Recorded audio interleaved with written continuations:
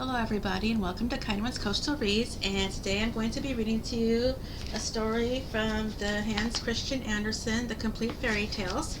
And the story I'm reading today is called Removing Day. Okay, Removing Day. You remember Ole the watchman in the tower? I have told of 2 visits to him. Now I shall tell about a 3rd one, but that is not the last. It is usually at New Year time that I go up to him. Now, on the contrary, it was on Removing Day. For then it is not very pleasant down in the streets of the town. They are so heaped up with sweepings and rubbish of all kinds, not to speak of cast-out bed-straw, which one must wade through. I came by just now and saw that in the great collection of rubbish several children were playing. They played at going to bed. It was so inviting. For this game, they thought. They snuggled down in the straw and pulled an old ragged piece of wallpaper over them for a coverlet. It was so lovely, they said. It was too much for me, and so I had to run off to Ole. It is Removing Day, said he. The streets and lanes serve as an ash box, an enormous ash box. A cartload is enough for me. I can get something out of that. And I did get something shortly after Christmas. I came down into the street, which was raw, wet, dirty, and enough to give me a cold. The dustman stopped with his cart, which was full, a kind of sample of the streets of Copenhagen, on our Removing Day. In the back of the cart was a fir tree, still quite green, and with gold tinsel on the branches. It had been used for a Christmas tree and was now thrown out into the street, and the dustman had stuck it up at the back of the heap. It was pleasant to look at, or something to weep over. Yes, one can say either, according to how one thinks about it. And I thought about it, and so did another of the things which lay in the cart, or they might have thought, which is about one and the same thing. A lady's torn glove lay there. What did it think about? Shall I tell you? It lay and pointed with the little finger at the fir tree. That tree concerns me, it thought. I have also been at a party where there were chandeliers. My real life was one ball night, a hand clasp, and I split.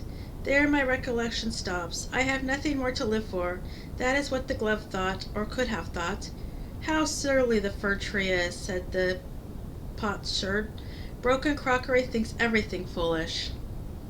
If one isn't on the dust cart, they said, one should not put on airs and wear tinsel. I know that I have been of use to this world, of more use than a green branch like that. That was also an opinion, much as many people may have. But the fir tree looked well. It was a little poetry on the pile of rubbish, and there is plenty of that about in the streets on Removing Day. The way got heavy and troublesome for me down there, and I became eager to come away, up into the tower again, and to stay up here. Here I sit and look down with good humor. The good people down there play at changing houses. They drag and toil with their belongings, and the brownie sits in the tub and removes with them house rubbish, family troubles, sorrows, and afflictions, remove from the old to the new dwelling, and so what do they and we get out of the whole? Yes, it is already written down long ago in the good old verse in the newspaper. Think of Death's great Removing Day. It is a serious thought, but I suppose it is not unpleasant for you to hear about it. Death is and remains the most trustworthy official, in spite of his many small occupations. Have you never thought over this? Death is the omnibus conductor. He is a passport writer. He puts his name to our character book, and he is the director of the great savings bank of life. Can you understand it? All the deeds of our earthly life, great and small, we put in the savings bank, and when death comes with his Removing Day omnibus, and we must go into it, and drive to the land of eternity, then at the boundary he gives us our character book as a passport. For pocket money on the journey, he takes out of the savings bank one or other of the deeds we have done, the one that most shows our worth. That may be delightful, but it may also be terrible. No one has escaped yet from the omnibus drive. They certainly tell about one who was not allowed to go with it, the shoemaker of Jerusalem. He had to run behind. If he had got to leave to come into the omnibus, then he would have escaped being a subject for the poets. Peep just once with your thoughts into the great omnibus of the removing day. It is a mixed company. The king and the beggar sit side by side, the genius and the idiot. They must set off without goods or gold, only with their character book and the savings bank pocket money. But which of one's deeds will be brought forward and sent with one? Perhaps a very little one, as small as a pea, but the pea can send out a blossoming plant. The poor outcast who sat on the low stool in the corner and got blows and hard words will perhaps get his worn-out stool with him as a token and a help. The stool becomes a sedan chair to carry him into the land of eternity. It raises itself there to a throne, shining like gold and flowering like an arbor. One who in this life always went above and tippled pleasure's spicy drink to forget other mischief he had done, gets his wooden keg with him, and must drink from it on the omnibus journey. And the drink is pure and clear, so that the thoughts are cleared. All good and noble feelings are awakened. He sees and feels what he did not care to see before, or could not see, and so he has his punishment in himself. The gnawing worm which dies not for ages and ages. If there was written on the glass oblivion, there is written on the keg remembrance. If I read a good book and historical writing, I must always think of the person I read about as coming into death's omnibus at last. I must think about which of his deeds death took out of the savings bank for him, what pocket money he took into the lands of eternity. There was once a French king. I have forgotten his name. The names of good things are forgotten sometimes, even by me, but they are sure to come back again.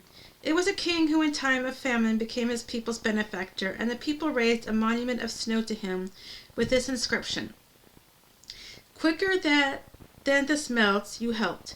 I can imagine that death gave him an allusion to this monument, a single snowflake which never melts, and that it flew like a white snowbird over his royal head into the land of immortality. There was also Louis XI. Yes, I remember his name. One always remembers bad things well. A trait of him comes often into my mind. I wish that one could say the story wasn't true. He ordered his constable to be beheaded. He could do that, whether it was just or unjust, but the constable's innocent children, the one 8 years old, the other 7, he ordered to be stationed at the place of execution and to be sprinkled with their father's blood. Then to be taken to the Bastille and put in an iron cage, where they did not even get a blanket to cover them.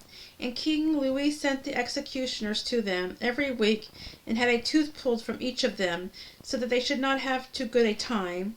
And the eldest said, "My mother would die of sorrow if she knew that my little brother suffers so much. Pull out 2 of my teeth and let him go free."